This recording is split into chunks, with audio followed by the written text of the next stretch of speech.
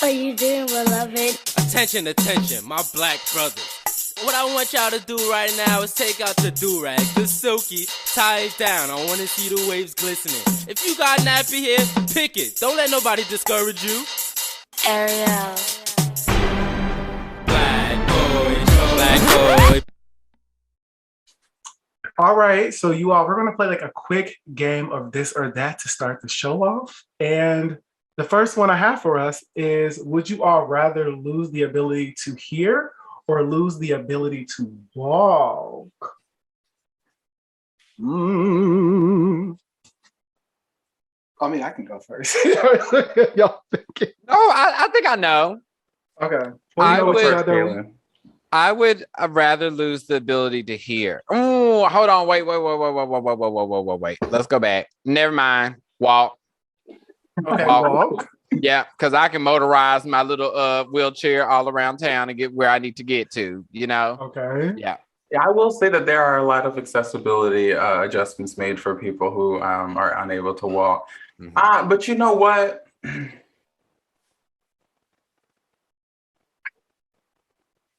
Yeah, because you know what? Music is a different experience.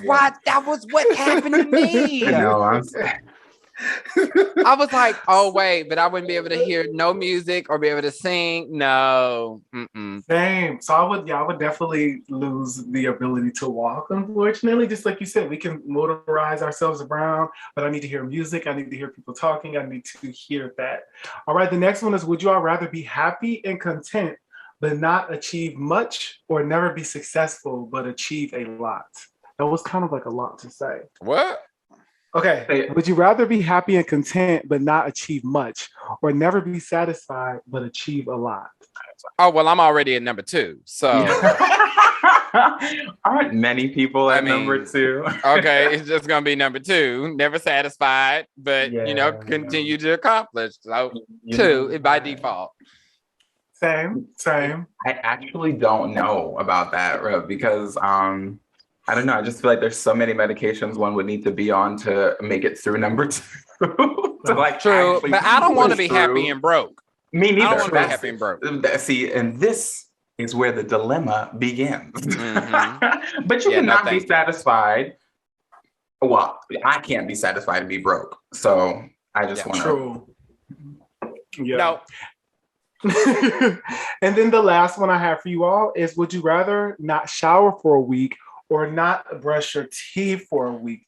Oh, not shower. Yeah, I'm sorry. Not shower. One thing about a bitch like me, my BO smells like juice. And I have people who can, I kid you not, there are people who can attest to this. It is not a lie. Juice? So I can hit because my armpits smell like celery. You see? I sweat when I work out. I smell like earring backs. So I have to jump. I have to jump in the shower. No, I don't have that experience. I can't relate. I'm not that girl. I can't relate. When I work out, I literally got to run to the shower. Like, I don't talk to nobody. I'm just like, I don't know who y'all are. Like, I don't want y'all to smell me. So it's my day. I want them to get the pheromones. Honey, I'll strut around like, get into these arms, honey. The berries and the juices, darling. It's the aphrodisiac for me. Yeah. But what is up, everybody? It is your boy, Lord Jeffrey. And I'm Derwin King. And welcome back to another episode of That Black Boy Joy, where we create a space where Black boys can be themselves. And so much more. You all, we have another guest in the building with us today. Woo, woo, woo. This person needs no introduction, but we're going to give an introduction because we do that with our guests.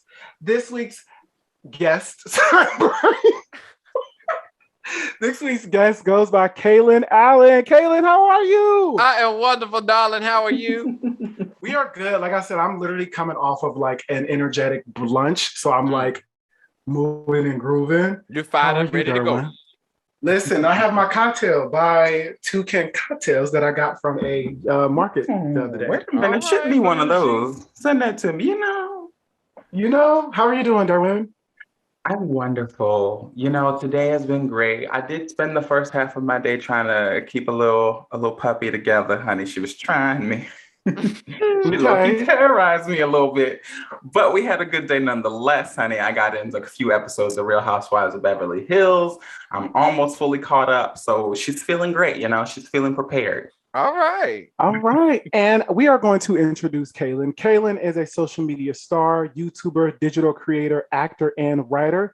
He is, and more, just to let you all know, he is known for his cooking critique videos on his YouTube channel and being a correspondent on The Ellen DeGeneres Show and host of OM Kalen. His most recent endeavor has been being a judge on the Food Network and Discovery Plus show Cake-a-Likes. So I didn't forget to do that. I just was like getting everybody, together. But what does Black Boy Joy mean to you, Kalen? And what brought you joy today? Oh, what does Black Boy We always Joy ask our mean to guests that. me? I think Black Boy Joy to me means living in our most authentic way without worrying about what anybody else thinks of their opinions or letting them try to dictate who we're supposed to be, defining who we want to be and living in that truth every single day. I think I try to do that in my life. So I would hope that everyone could be able to do that. I think, where did I find joy today? I think I found joy in, I just got back from a very long vacation, but I used that vacation time to basically plan and figure out what I wanted my life to be next in my career. And it's very warming to me. It's funny because I was sitting here and I had two of my friends that also work for me. One is my assistant, was my social media producer. And I was like, I feel like I haven't gotten anything done today. and Tori was like, well, that's because we've been doing it all for you. And I was like, you're right, but that feels wonderful. You're like, oh my God, that is so true. And that's joy. That's joy to have a team, to be in the place, to be able to have a team, to make all these dreams and aspirations come true on a daily basis. Yes, we love to hear that. I think that is like realizing that is joy is also something that we also need to think about. Sometimes we don't think about that or certain things. But for me, what brought me joy is, child, I finally got me a new bed. All right. The bed I had been living, I got me a Nectar mattress with some new pillows. And child, I am just living my best life. I have been struggling with my last bed, and I was like, child, I'm fed up. And I got me a new one. Together, girl. Where do y'all live? We didn't say that. I'm originally from Ohio, but I live in the DMV area. Okay, what part of DMV area? Maryland. I live in Maryland. Okay, all right. Yeah. I just moved from Maryland and I am now in New Orleans. Okay, all right. My sister left me, you all, and I'm so sad, but we're gonna make it through this. And where are you from again? Well, I'm originally from Kansas City, but I went to school in Philadelphia, but I live in Los Angeles. Got it. All around. Yeah. We're a worldwide traveler. You know it. I'm a worldwide woman. Oh, really quick. www. You can look me up anytime.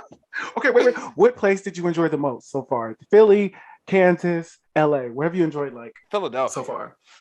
Philadelphia. East Coast. I'm an East Coast type of person. Like, I want to move back to the East Coast, but I want to move to New York. Oh, the fast. You living it up over there, child. Have a good old time. Derwin, give us our spotlight for this week's episode, please. Of course. This week's Black Boy Joy Spotlight goes out to Campbell Addy. If you're not familiar with this name, you will be familiar with his work. London-based photographer and filmmaker, born and raised in South London. If you're unaware, he actually just shot the photos for Beyonce's Harper's Bazaar feature. And obviously those photos were divine. So very well deserving.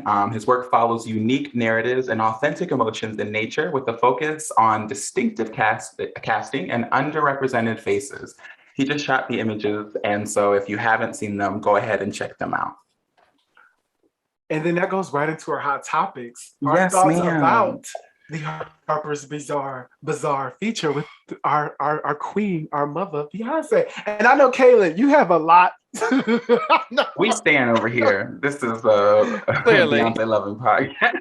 What are your thoughts? Come on, let's soak it all. The shoot was sickening. Mm. It was one of the best shoots that I have seen her do. Mm. I thought each look, the fact that it was so different, like each shot was so different from the one before, and the fact that they used Ivy Park but still layered it with like high-end fashion, and made it such a moment for each one. And I mean, like the creative direction, like with the stallion and with the blonde hair, I was like, oh, this is stunning. I was like, I want the print copy. I was like, where can I get this? This hard copy. I thought it was absolutely stunning. And I think the way that they have positioned this line of the new collection of Ivy Park with focusing on Western and very, denim, I think it's sickening because it feels personal this time. It doesn't feel like, oh, I'm releasing this line with Adidas. It feels like, it kind of feels like the House of Darion era, like it feels like this means something to you, and I'm like, I'm ready to buy. It definitely sold Ivy Park for me this go around. I want them chaps. Y'all, I told y'all last week, I'm here for the she's not gonna sell them. I'm telling you, she's not gonna sell. I feel like she should sell the chaps too now, y'all. The chaps should be in, but I think the chaps gonna be some money. I will say, if you a pair of them chaps, and I got a feeling she's not gonna sell them. That's ridiculous. We need that. We need them. I want them. I already was like planning out a shoot. I was like, okay, so I need to find where I can get a horse. Where we can go galloping around. I need to get a cowboy hat. You got some canyons up there. You got the canyons up there in LA where you can ride. What about the booty shorts? I want those riding up. Yeah, but that was like when the first collection came out. I wanted the parachute coat. Yeah, she only put those in the big boxes, and and I unboxed Ellen's box. Yeah. She didn't have the parachute coat. It went in her box. So I was like, so only select people got this parachute coat, but I wanted it, baby. I couldn't wait. She had like layers to the package, and she like, we got the small box, the smaller boxes, the medium, then we got the rollouts. We got the ones that Beyonce delivered to your house. No, but honestly, yeah. The photo, this one that I'm really just like, I can't get over. She's got like the jeweled like keys. The Balmain, yes, a Balmain. The Balmain. Yeah, when she paid homage to Dangerously in Love. Yes, and that's why it really hit where it was supposed to hit, honey. Right there, honey.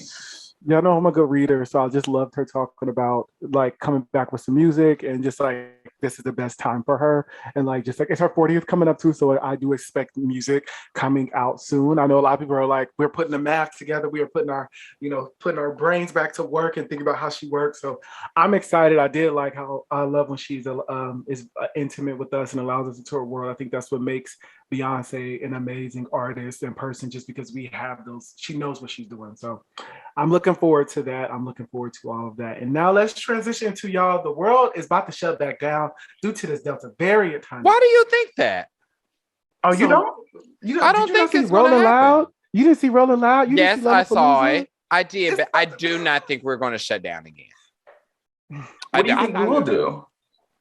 I think there are going to be like the restrictions they've been putting up to where vaccinated people are the only ones that can enter play. And the reason why I say I don't think that we're going to shut down is because even if you're vaccinated and you're getting the Delta variant, it isn't as deadly as it was. That's the whole purpose of getting vaccinated. Like, I don't know why people were living in this imaginary world that if you get vaccinated, then that just means that you just don't get COVID no more. That's not the way it works. That's the same with the flu shot. Like you can still get the flu. It's just not going to take you out of here, Right. And so I think because of that, that's why we aren't going to shut down. It's because it's like, it isn't that severe for people that are vaccinated, but it's like, but the issue that we're having and the reason why this will sustain is because people aren't getting vaccinated, So it's like, people feel like, well, then we have to make some type of quote unquote punishment or consequence for not getting vaccinated. And if you shut down again, you just putting everybody at home again, but people still not vaccinated. So as soon as we come back into the world, we just going to be in the same cycle. You know what I mean?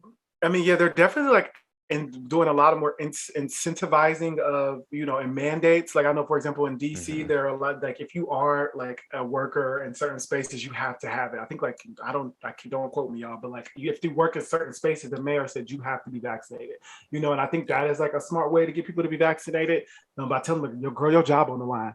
And military workers are going to have to. By next Right. month, I think it was, they're going to have to be vaccinated. It's a very fair expectation. I think people are definitely right? Like they get a choice, but that doesn't mean that there aren't consequences. So it's like, yeah, you can choose not to get the vaccine, and then you can also choose to resign from your job as a result. Like that just it's is no the way different it from is. school. Exactly. It's like when we went to school, we had to have vaccinations. Like this is not a new concept. And then people are like, well, that's not my freedom of choice. Whatever. Okay, that's fine. But you have to understand, like you said, that means you won't be able to do certain stuff. That's just how the cookie crumbles, child. Okay. Yeah, I mean, and that's the cat's meow. Boom. And let's move right into our last hot topic is from executive producer Issa Rae. Hashtag Sweet Life Los Angeles will be arriving August 19th on HBO Max. Did you all get a chance to see the trailer for I did see show? the trailer. I saw the trailer. How do y'all feel about it? What are y'all thoughts about the show? I'm excited that we're having something like this. Yeah. I'm not a reality show person, but when I watched it, I just didn't know if I found the characters to be interesting enough. Yeah. Like I would have preferred, especially with being in the industry in LA, and maybe into some level that they do exist in those sectors here in LA, but like I didn't recognize any of them. To be like, oh, well, I know they hang out with this group of people, or, they are in these spaces or have this influence within the city. I think they're just native to LA. So that was interesting to me, but I think people will still love it because we don't really have anything like that, but I'm very interested to see what is like. Also, was there any queer representation? Hold on. I thought for a single second because someone looked familiar, but then I was like, I don't think you know this for a fact. Yeah, because when I looked, I was like, y'all ain't got no queer people in this? I was like, this just seems like a whole bunch of like couples and heterosexual drama. Something that I can listen. I don't want to say I'm here for the gay agenda, but I love a good representation, honey. Now at my age, it has nothing to do with gay agenda. It has to do with representing to the world accurately. Yeah. Especially in Los Angeles. Yes, literally was with my friend, and I was literally with my friend in a car, and I was like, "There's no way that they're shooting this in LA, and there's not somebody that is a queer. I would say queer QPOC, like somebody that is not on this show." And it's like one in 3 people in LA are queer. So the fact that I don't know these people from what that they gave us, I would say 1 in 3. That's not a stat, y'all. Just for real. Look, y'all know. Come on, statistician. Y'all know me. Don't be quote me out here. Y'all don't do that. But no, I'm being realistic. Like I look up and I was like, it's a show like, it's a show like I've seen out here, like not with the people of color, but as far as like the heteronormative relationships. And I'm like, it's cute. It's something that, we see, but it's like, I would love a show where there's like queer relationships throughout, or just like spurts of it. Like I want to see that we can be healthy in those spaces. But I think that takes somebody that can like tell our story the correct way and not the way that society wants us to be told. So I'll be tuning in. Yeah, and that gets tricky with reality TV, of course, because people like to feed into the stereotype because it's about acting crazy so that you get to be more famous and get more attention and stuff like that. And how the producers edit, it's all of that is going to come together for whatever experience really quickly. It reminds me of the show that BET had back in like 2006 or so, Baldwin Hills. And I imagine that whenever Issa was coming up with that's probably something she had in her mind. Prior to seeing the trailer, I didn't realize it was a reality show. So that was just like, this is a new lane for Issa. But I hope it goes well for her. I do think that your perception of that is accurate, though, Kalen. I've reached a point in life where I usually don't watch things that don't have any queer representation. Unless it is something that like everybody's talking about, but I honestly thinking like right now, like everything that I've been watching, there's one queer person at least in it, So like now, did y'all watch BET Presents the Encore? You know it. Yes! Now that Pamela was our queer person right there. Lay your head on my pillow. Wait, first of all, she was not queer. Don't she was saved. Don't do that. I was over Pamela. I was after that whole situation. I was like, No. get rid of her. I Get rid of watched her. it Get rid of yesterday, her. right, Kalen? Did you watch it yesterday? Yes. So And when- baby, and you know, I know Keely, right? I said, Keely, you ate that performance up. I said, when you carried that show. When you Let lay me my tell you head on something. your She pillow. had put her arm around Pam on that stage, and I was like, Keely, watch that arm. Watch that arm. I was like, this. That's what we Oh my said. God. I was like, don't be touching her like that, because she probably was like, and y'all know she's not a part of the group now. She said she's focused on her gospel That's just album. how it should have Yeah. been. Which I was like, Okay, She so should have that's walked out what with happened. Misha and Irish. Yeah. That's what happened. So, because we looked at the cover, and then was she went nowhere. there, and then we was like, but she on other songs, and then it said featuring I said, please. She walked away at the end. She walked away literally when the show wrapped, and I was She was like, gonna do that anyway. I mean, she was going to do that. I like this show. I'm not saying I like the show. I like the show. the concept. Cute. I think, to me, I was tired of The fighting? The fighting. It got So to the was point I was Nivea. like, they're It was drinking and stressful. fighting. It was drinking and fighting. But I promise you, those twins had that planned out from the They jump. did. Yeah. They They had absolutely that planned did. out from the jump, and when they realized they had gone too far was when Nivea. Nivea left. Yep, as And soon then as they as lost soon as Nivea. Nivea left, then they was like, "Oh, we got it," because their attitudes changed completely after Nivea was They gone. said we can't Because lose. that was We the cannot one lose person that any you more actually people. needed. Yeah. Nivea is She that could girl. sing. I love sing. Nivea. That first album. I love Nivea. Yeah, They loved were her such story, alike. too. On Candy's, what's the name? I loved her story even more. Mm. Like, and she's an Aries, so shout out to the Aries too. You know, I'm an Aries. Lovely. But yeah, I really enjoyed the encore. But I'm the same way. I would love to have people that look like me or can have a story that is similar to mine, or just like look like me on the Yeah. show. But let's get into the reason we are here, everybody. The meat and potatoes, the person of the hour, Kalen. We're gonna interview you, ask you some questions. If Okay. you don't feel comfortable answer some questions, you don't have to answer them. But we don't ask you nothing that's like, girl, what's your blood type? That's not what we gonna do. Oh my We're God. not But gonna if do you that. wanna share. Share your blood I'll be like, type. I don't know. I don't either. And I was like, I think I need to go get that checked out. But Yeah, Kalen, probably. being an overnight sensation, you came out of the gate with full on authenticity and splendor. Did you imagine this turning out the way that it did? You becoming this overnight sensation. Did you imagine that happening? Oh no, it was all by accident. I was just doing that for fun. I was like bored, and I was like, let me make these videos. And it was the first one went viral, and then after that, I was like, oh, I guess I should make some more now that people like this. And I made, I made my first one November of 2017, and I was moving to LA January 2018. Wow. And it happened that fast, and I just rolled with the So it's punches. planned. I think I was more so like, how do I take this and build a career from it? How do I build an empire? How do I take this opportunity to become who I want to be? Because I knew that I did not want to be reacting to food my entire life. And I knew I did not want to be still laid in my bed doing that, And so it was like, I got to figure out what this is the catalyst for. Yeah. Yeah. That's smart. I That's think how you're that's- supposed to do it. So were you moving already before everything happened, or just like No. you? Okay, got No, it. I was still in school. So Ellen moved me to Los Angeles. Mm-hmm. So, because I was still in school at Temple University, and that was the first semester of my senior year. And I came out and taped that Ellen episode December 13th of 2017. She offered me the job on the show. I didn't know about that. That happened on the show. I thought I was going to give me a cute little check and go home like everybody else. And then when she offered the job, at first, the job was supposed to be that I could just do it from Philadelphia, that I would just send in videos every now and then. But I knew that if I moved to Los Angeles, that I would be more accessible to the show. So I made the calls to Temple immediately after and said, we need to figure out how to move me to LA. And Temple had an LA study away program.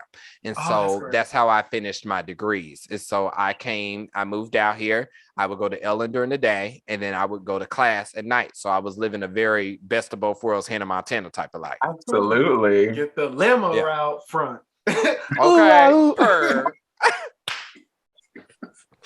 So, what was it like hosting Ellen's show, especially talking to Kelly Rowland? A dream.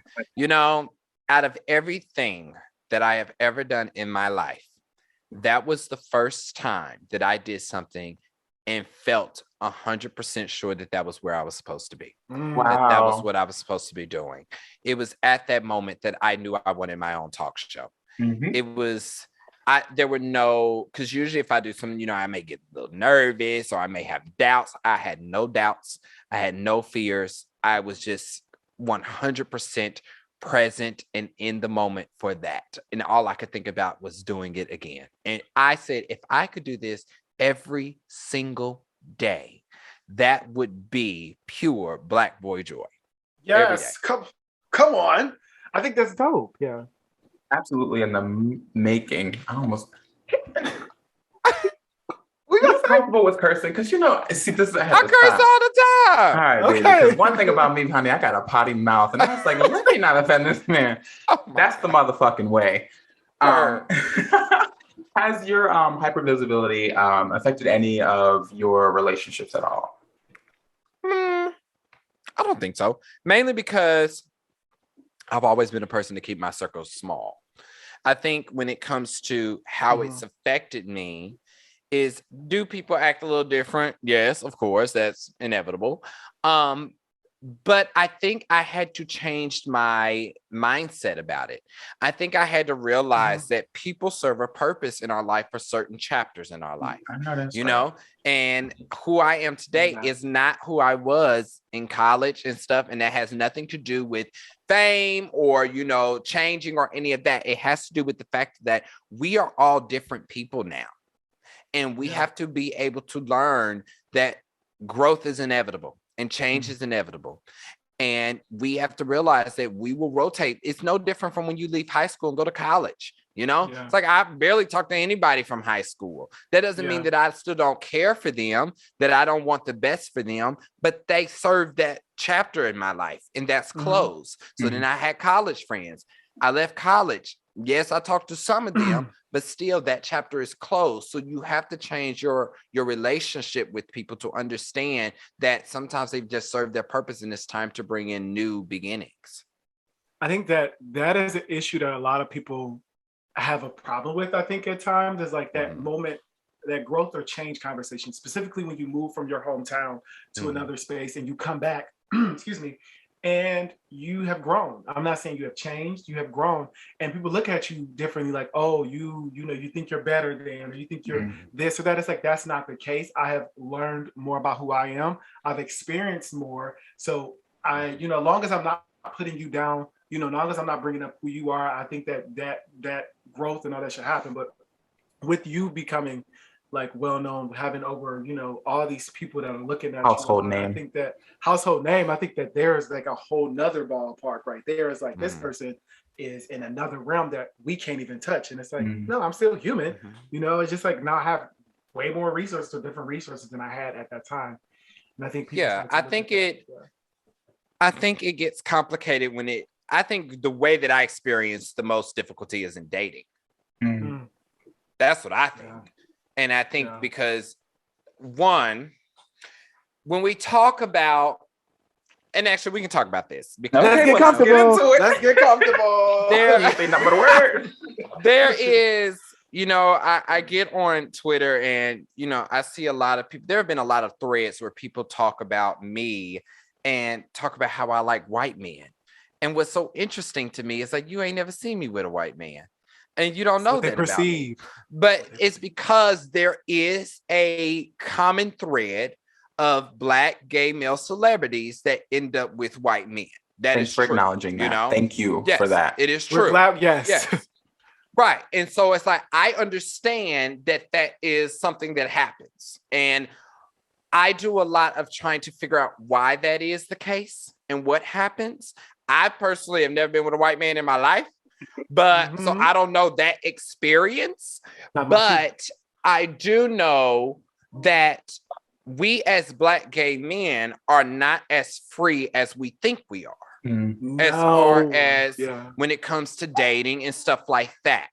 And I think what happens is because you have these celebrities that have this financial stability, they have this career stability, they have all this stability that is not normal for us. And so what they do is they go and find someone that is to that, if that makes sense. And not saying, what'd you say? But what do you think about that? I think that's problematic in itself. You know, Yes. I think that is very problematic because I don't want us to live in a space of thinking that there aren't other Black men that are at our level, you know, or that are in that space. Because I believe that there are. I think it's how it depends on the circles that you put yourself in and the spaces that you put yourself in and where you go. That's like when you go to New York, do you go to Boxers or do you go to Trappy Hour? You know, like those are the two differences.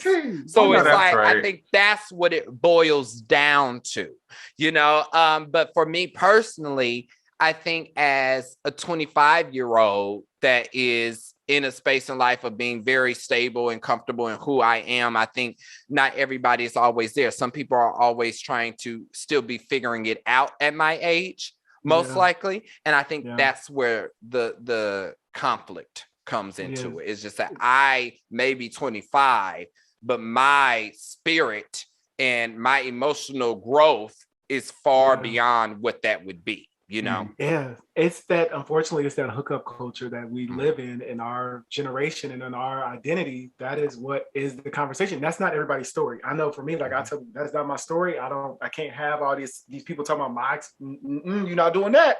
Right. But it's like that part of like, how do you navigate those spaces and how do you like have those healthy dialogues and conversations and have resources to Black men to be, to not feel like you have to resort to, unfortunately, another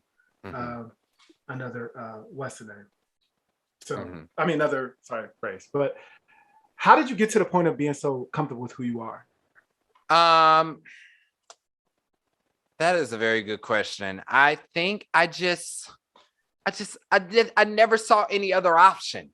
You know, I never just, as a child, I always went against what everybody wanted me to be from the jump.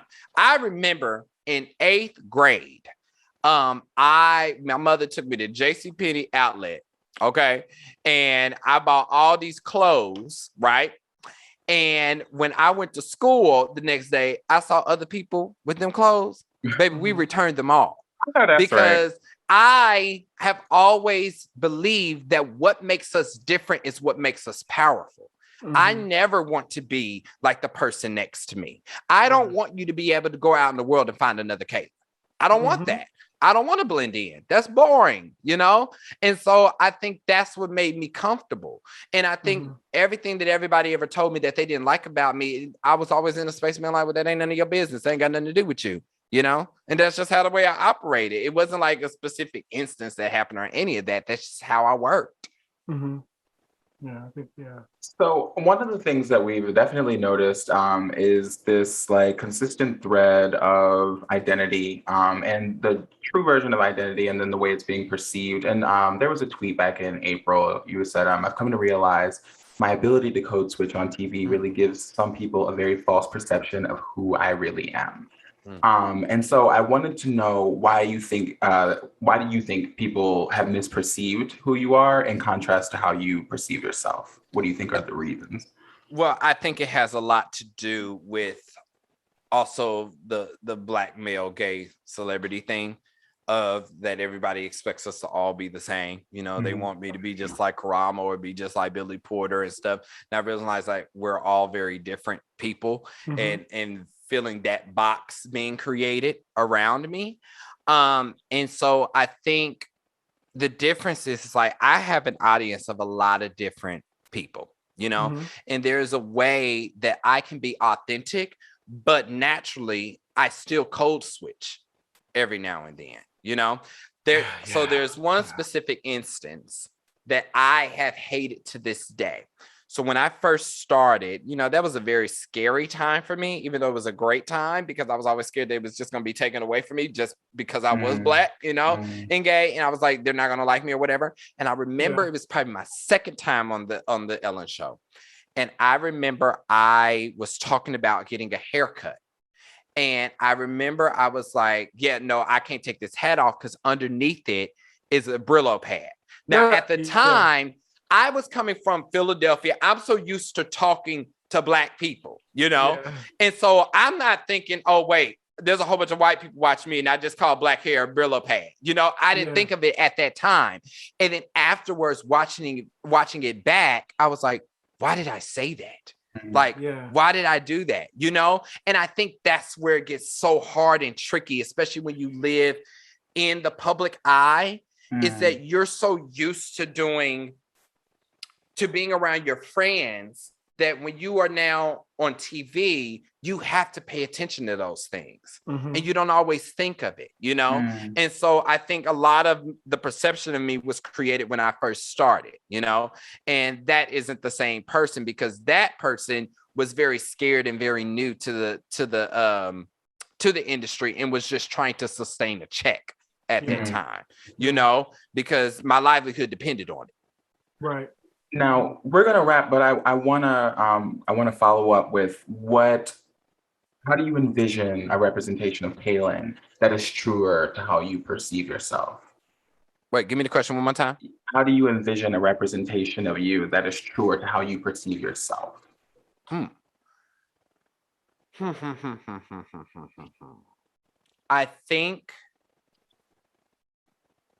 I think today, now in age, if you look at any of my content or you look at, you know, my social media specifically, I think that is probably the truest form of who I am.